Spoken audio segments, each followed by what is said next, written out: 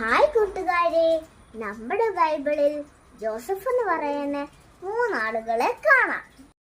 നമ്മുടെ ഈശോയുടെ വളർത്തുപിതാവായ ഔസപിതാവിന്റെ തിരുനാളാണ് ഇന്ന്. സ്വന്തം വീടിന്റെ ചുമരുകളിൽ നാം കാണുന്നത് നല്ലൊരു അച്ഛനെയാണ്. ആ അച്ഛന്റെ പേരാണ് ഔസപിതാവ്. മക്കള് നിറഞ്ഞ വടിയുമായി നിൽക്കുന്ന ഒരു കുടുംബ ചിത്രം.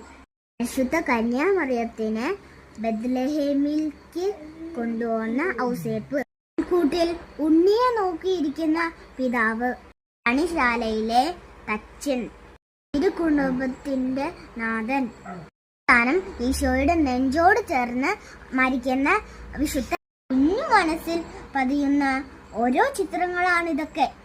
നല്ല മരണത്തിനായി നാം ആശ്രയിക്കുന്ന ഔസപിതാവിനെയാണ്. പാവപ്പെട്ടവരുടെ മധ്യസ്ഥൻ, ഇടവകയുടെ മധ്യസ്ഥൻ, കുടുംബങ്ങളുടെ മധ്യസ്ഥൻ എന്നീ പേരുകളിൽ ഔസപിതാവ് അറിയപ്പെടുന്നു.